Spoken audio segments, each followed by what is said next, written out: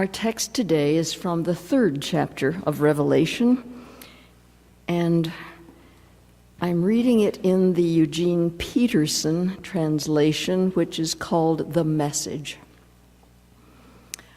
Write to Laodicea, to the angel of the church, God's yes, the faithful and accurate witness, the first of God's creation, and all those refer to Jesus, who says, I know you inside and out and find little to my liking. You're not cold, you're not hot. Far better to be either cold or hot. You're stale, you're stagnant. You make me want to vomit. You brag, I'm rich, I've got it made, I need nothing from anyone. Oblivious to the fact that you are a pitiful, blind beggar, threadbare, and homeless. Here's what I want you to do. Buy your gold from me, gold that's been through the refiner's fire. Then you'll be rich. Buy your clothes from me, clothes designed in heaven. You've gone around half naked long enough. And buy medicine for your eyes from me so that you can see, really see. The people I love, I call to account, prod and correct and guide so that they'll live at their best. Up on your feet then, and about face, run after God. Look at me. I stand at the door, I knock. If you hear me call and open the door, I'll come right in and sit down to supper with you. Conquerors will sit alongside me at the head table, just as I, having conquered, took the place of honor at the side of my Father. That's my gift to the conquerors. Are your ears awake? Listen. Listen to the wind words, the Spirit blowing through the church. May God add blessing to your hearing and our understanding of this holy word.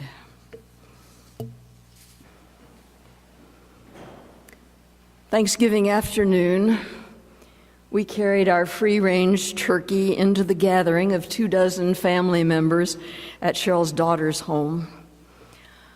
Almost immediately, a distant relation grabbed my attention to look at multiple photographs of that morning's sunrise on her iPhone taken from her bedroom window.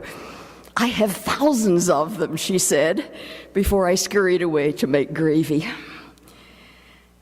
Soon we'll wear our smartphones on our wrists or incorporate them into our Google Glasses. These phones will snatch a movie from Netflix and project it on any screen we pass. Already, Siri can answer any question you want to pose. But that's not my world.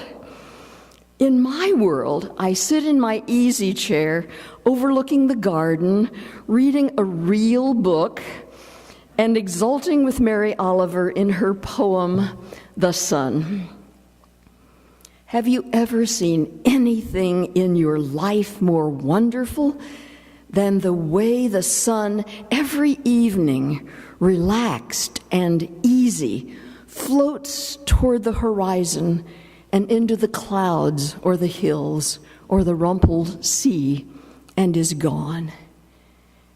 And how it slides again out of the blackness every morning on the other side of the world like a red flower streaming upward on its heavenly oils, say on a morning in late winter at its perfect imperial distance. And have you ever felt for anything such wild love? Do you think there is anywhere in any language a word billowing enough for the pleasure that fills you as the sun reaches out, as it warms you, as you stand there empty-handed? Or have you too turned from this world? Or have you too gone crazy for power, for things? Mary Oliver sets up a dichotomy between those people who are crazy for things with their iPhones and iPads and their constant shopping, and those of us who prefer nature with a capital N and beauty with a capital B. Yet, who's to say that my poetic sunrise is any more spiritual than her iPhone version? Cheryl's daughter, Nicole, who's an executive at 3M, has Black Friday shopping down to a fine science. As we were leaving Thanksgiving dinner, she told her nieces, "I'll pick you up at 3 a.m., hit the first store, each of us will grab the things we can't live without, then zoom over for the opening of the next store." And they'll do it all, arriving home frazzled but exultant at 10 a.m. From my perspective, that's nuts. I don't have a smartphone. I don't do Black Friday. Nicole and I have very different perspectives on the world, but we still love each other and tease about these different worlds. Douglas Adams, in The Salmon of Doubt, Hitchhiking the Galaxy One Last Time, contends that all of us are nuts. The fact that we live at the bottom of a deep gravity well on the surface of a gas-covered planet going around a nuclear fireball 90 million miles away and think this to be normal is obviously some indication of how skewed our perspective tends to be. How do we get our perspective? We all think that we gather the facts and make our judgment about the issue. Novelist Barbara Kingsolver reminds us. But I have a hunch that humans really work differently.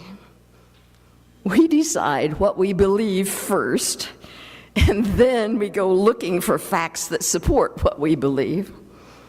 Or we decide whom we trust, then we believe what they say, and then look for supporting evidence.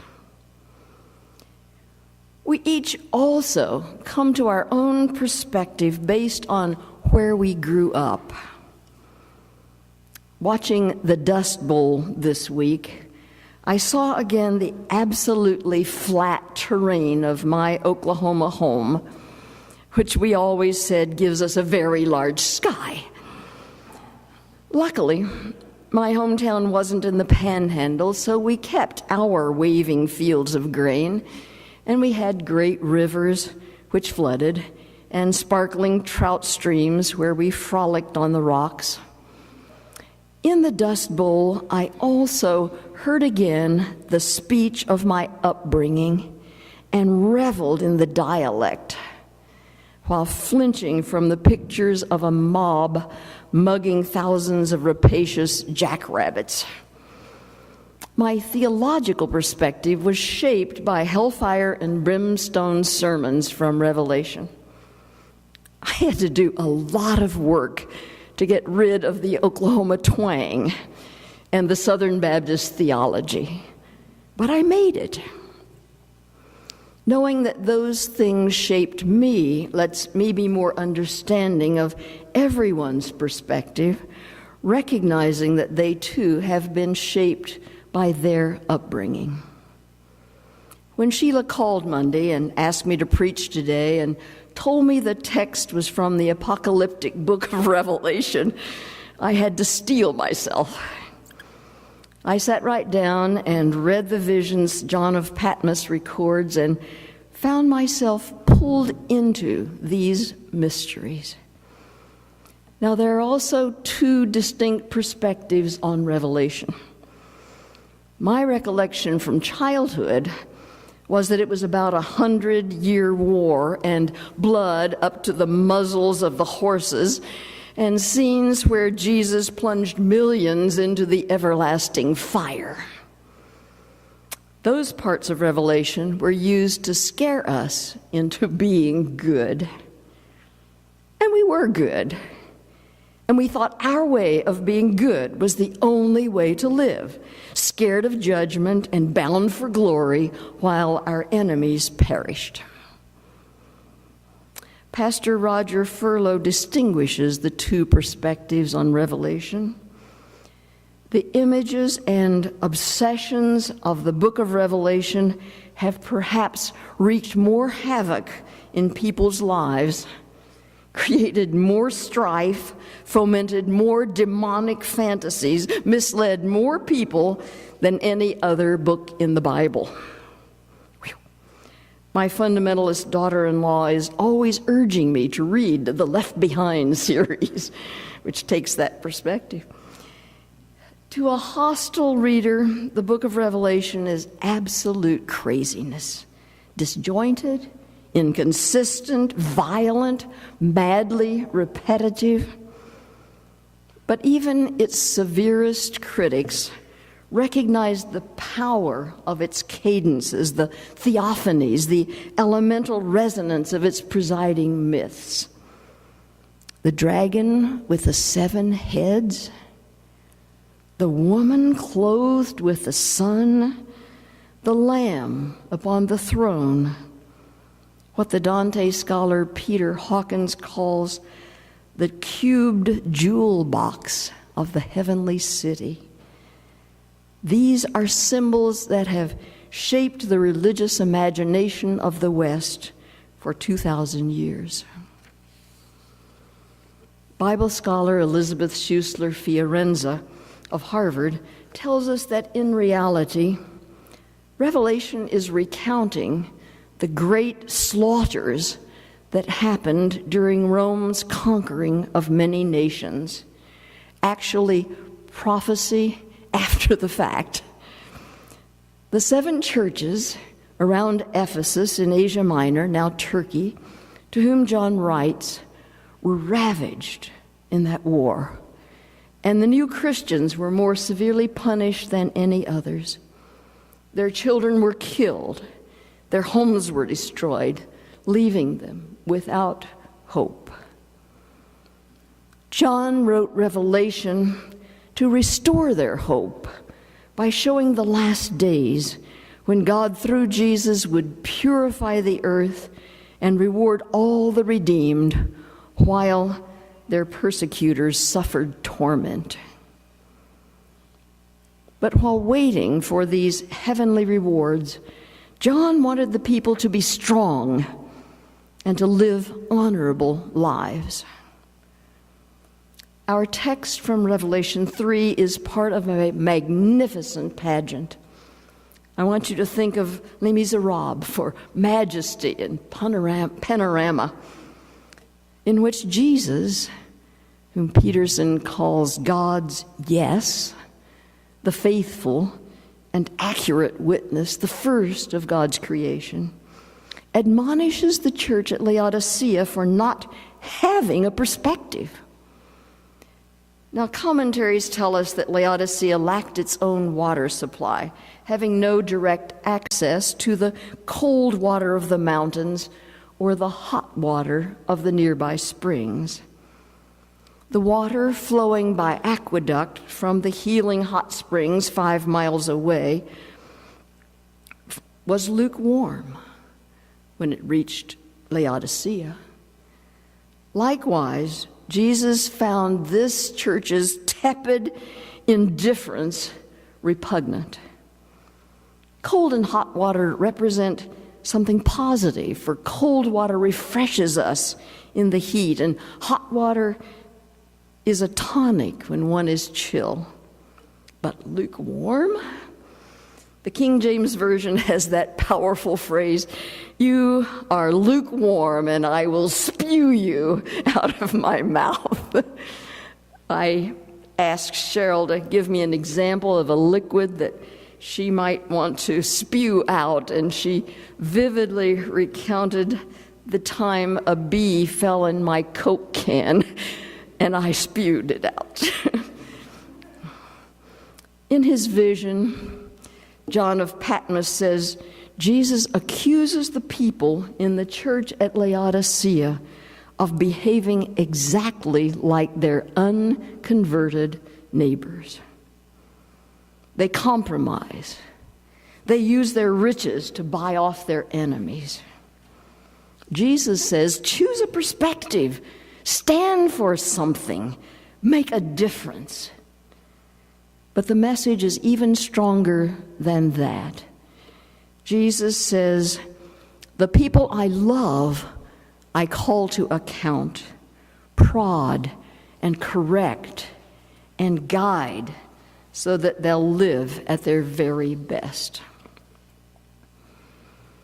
A few days before the election, Sister Joan Chittister spoke to an audience jammed into Westminster Presbyterian Church, and she prodded and corrected and guided us to live at our best.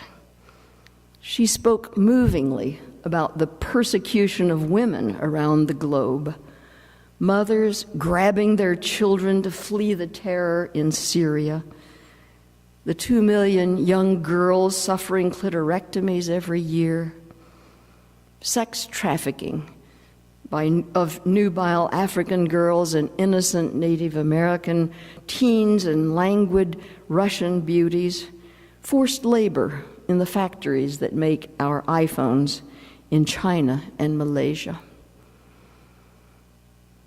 And then she stopped preaching and started meddling, as an old Southern joke has it, by bringing it home to our country, to our own lives. She spoke of the practices in the United States that are, she said, criminal, but not yet illegal. The raping of women in the military, a minimum wage so low a single mother has to work 2 jobs to be able to feed her children. Inadequate child care. Working women being paid 18 to 25% less than men doing the same job. Slum housing and widespread homelessness. Racial discrimination. This powerful indictment went on for a full hour. But we stood and cheered Sister Joan for reminding us that feminism is not dead and that we can make a difference right here, right now, today. For her conclusion, she brought us back to our own loving relationships and how policies can be changed to make the life we enjoy available to all people. Similarly, after his message of correction in Revelation, Jesus gives us the beautiful portrait of Jesus at the door, knocking. You remember it, don't you? It's hung in many, many churches, in many, many homes when I was growing up. Look at me, Jesus says, I stand at the door. I knock. If you hear me call and open the door, I'll come right in and sit down to supper with you. The harsh judge becomes a humble petitioner at the door, waiting for us to open our hearts. A Cherokee proverb captures what I think to be the central message of the book of Revelation. When you were born, you cried, and the world rejoiced. Live your life so that when you die, the world cries, and you rejoice. In the Divine Comedy, Dante recreates the final scene of Revelation in poetry by envisioning an enormous celestial choir of all the saints singing praise to God for all eternity. As Tom Tate describes the scene, There are so many, no one can count them all. They have come from everywhere, from every race and tribe, from every nation and language.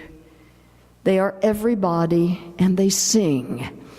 It's what the saints do.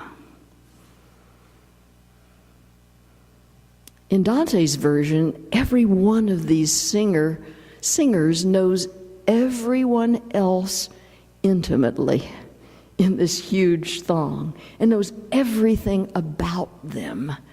Imagine that kind of world. I mentioned this to a friend, and she said, "Ooh, I like my privacy." But I love the vision that we can be known. We can know even also as we are known, as the scripture says. Even in the midst of evil, war, social upheaval, famine, luxury, and greed, saints cannot keep from singing. Though persecution, tornado, earthquake, tsunami, and state-sanctioned injustice may confront them, saints cannot keep from listening. Why? Because by listening, they hear the good news. Living between the Alpha and the Omega, the first and the last, saints at the throne hear the raucously beautiful good news of God's final word, reaching back into history, back to where they live and breathe and have their being. By singing, they pay it forward and proclaim it loudly. They sing for courage to live in the present while always facing the future. Saints from every nation listen and sing, and God keeps hope alive in our world. Amen.